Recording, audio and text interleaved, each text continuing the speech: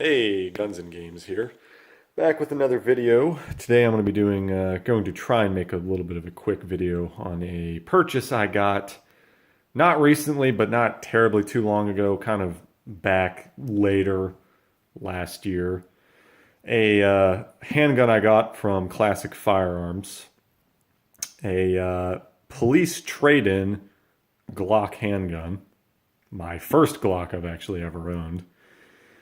So that's what I'm going to do a video here today on. Classic Firearms is not the only sort of online store that gets police trading Glocks. I mean, a lot of people, a lot of stores, even like brick and mortar shops will get them. J&G, not J&G. Aim Surplus has had them in stock frequently as well lately. But they were selling all kinds. I mean, Classic was selling all kinds of Glocks, and they still are. They might even be still to this day. I haven't checked.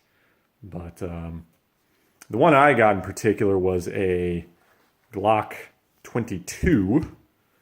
And no, that does not mean 22 caliber. This is their full-size Glock in 40 Smith & Wesson is the one I ended up getting. It came in a nice standard Glock case. That was pretty much it.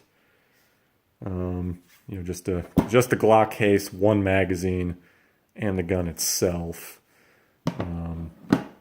They offered them in you could get all the various Glocks. They had several different models, and some of those models they offered even the different gens as well. So they had both the Gen 2, 3, and 4 Glock 22s. The Gen 2s, which would be the older, the oldest ones available, were the cheapest. These were $299 overall. And even to this day, Classic or Aim Surplus, I've not really ever seen them offered any cheaper than that. Ames, I think, has offered these for like $279 once. That's about as cheap as I've ever seen them. And Glocks new are over $500 new. They're $500 to $600 new.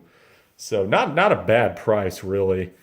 That's all it came with, just the gun, an original, police turn-in magazine, and the case. This is an older gun, so it's a Gen 2 that would have been made in the 90s. This is actually an Austrian-made one itself. This is not an American-made Glock. It is an actual real-deal Austrian one. And the magazine as well is Austrian. You find the one in original. This is the one it originally came with. And if you look there, it says 9/13/94, which would be the manufacture date. This specific magazine was made in September 13th, 1994. It might somewhat correlate, maybe roughly, when this specific gun was made as well. Maybe 1994 production is when this specific one was made itself. So they didn't really have them graded for condition. To my knowledge, I don't really remember them having really like a condition listed.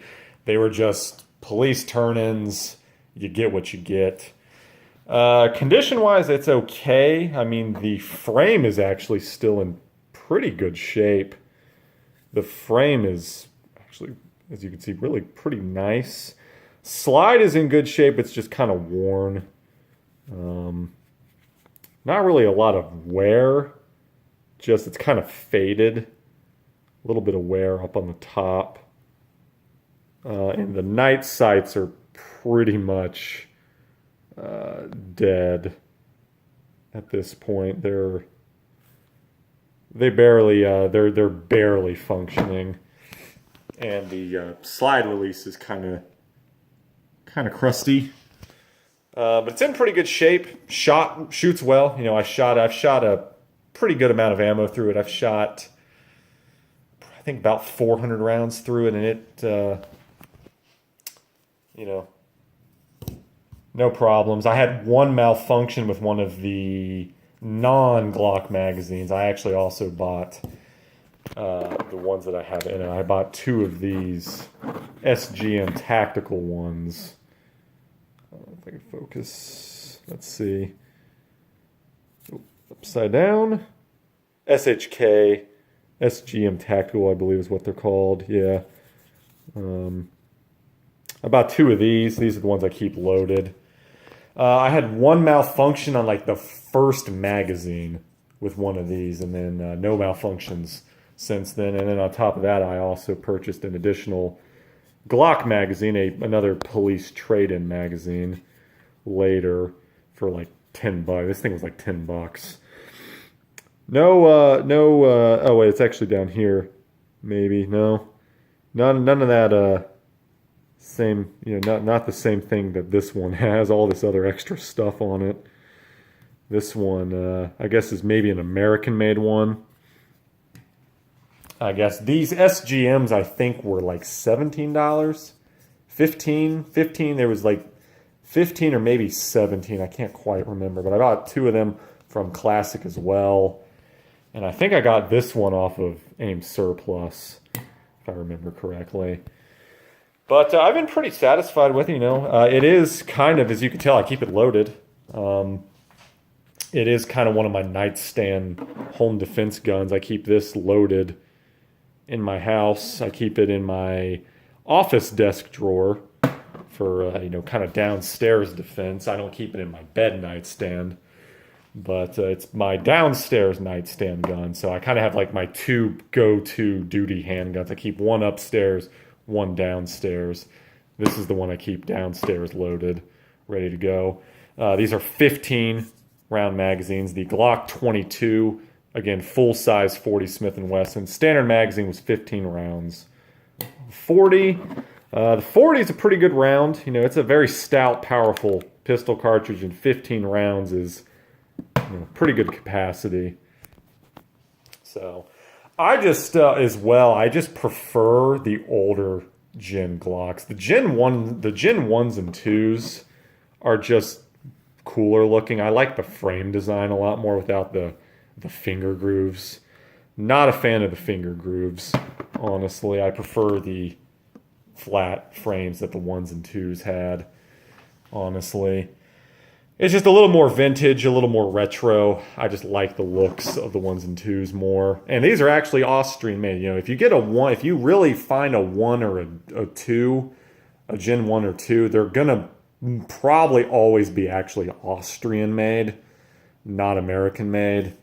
So they're going to generally probably be a little bit, at least higher quality. You're getting it from Austria itself, which I think is also more preferable. And it's a Glock. It's just a standard Glock. There's really nothing to talk about.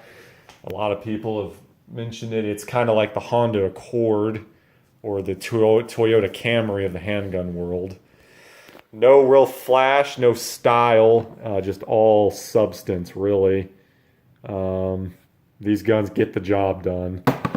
It's like a tool, really. I have to say, this is probably the most boring handgun I've ever shot, honestly. They're pretty light too. I mean, Glocks are fairly light. It is a polymer frame. Very light and surprisingly not a lot of recoil. For such a light handgun, I mean, 40 is a very stout handgun cartridge. Surprisingly minimal, not a lot of recoil. This thing was very, very soft. Not a lot of recoil.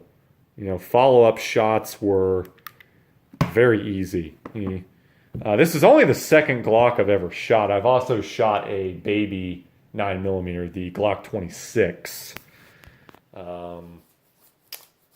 That's one I've shot, and that recoil on those things is horrendous. I don't know, maybe I just wasn't shooting it correctly, but man, that Glock 26 kicked a lot harder than this thing. So, and I've shot a compact the 23, which is just the compact version of this, and I've shot a baby 40 as well. That would be the 27, I think. I've shot that, and I've shot either the full size. I've shot either a 17 or a 19. I can't remember. I've shot one of the two larger 9s as well. It was either the 17 or the 19. I can't remember. That was pretty good. That was pretty soft shooting as well. And the 23, which is just a little bit smaller than this in the same caliber, was not really any worse to shoot than this, really. Not by much. Man, that baby, the 26, the compact 9 was very violent. I also shot it with a suppressor as well, and that was even worse. So that was actually not very pleasant. Recoil was not very, was pretty harsh, surprisingly. I keep these loaded with American Eagle soft hollow points. So, that's what I keep. Kind of a meager, a kind of not a super crazy defense load or a hyper defense load or anything. Just standard hollow points, nothing crazy.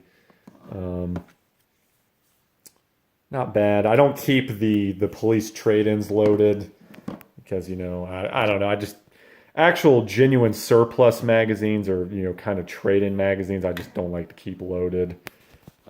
Not to just wear them out. These are not. These are just brand new ones. That are commercial. So I don't mind. These in 5 to 10 years getting worn out. These I kind of, are maybe a little more, they're actually cheaper, but they're maybe a little bit more proper. And I just kind of want to preserve them, basically. But last time I checked, I don't know if Classic has these in stock or any other Glocks. I don't really know, but I do know AIM Surplus.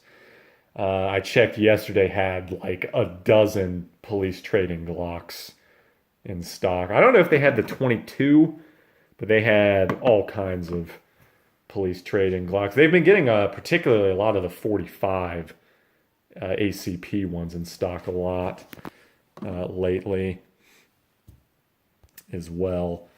So their prices are pretty good too. I mean, you're looking at probably $350 and below. I think when Classic got these in, again, these were $299. That's what I paid. Like the Gen 3s were like $329 and like the Gen 4s were $349 or something like that. They would have probably been in a little bit better shape because they were not as old. So that is what it is. But I'm pretty satisfied. Other than that, like one malfunction I had on like the very first magazine, basically almost 400 rounds through it, no malfunctions. And that will probably be the last malfunction I'll ever experience. So good enough for me. That was good enough for me to keep it loaded and trust my life with it, basically. Not the perfect handgun though. I'm not a fan of the slide release. That's about the only real complaint I have about this gun. This slide release is not particularly great. I do know aftermarket, like extended releases are pretty popular for this gun. So, and getting different sights, that's pretty popular too. I don't have a problem with these. The night sights don't really concern me. It is what it is. But the sights are perfectly fine without them. Had no problem shooting pretty well with them. So, yeah, pretty satisfied. I mean, police trading Glocks are kind of popping up all over the place now the last couple of years. Now that police departments are kind of going through their inventory and getting rid of some of the old ones they've had since like the 90s or maybe the early aughts and are getting newer ones, and particularly ones in this caliber, the 40 Smith & Wesson ones are particularly starting to go away.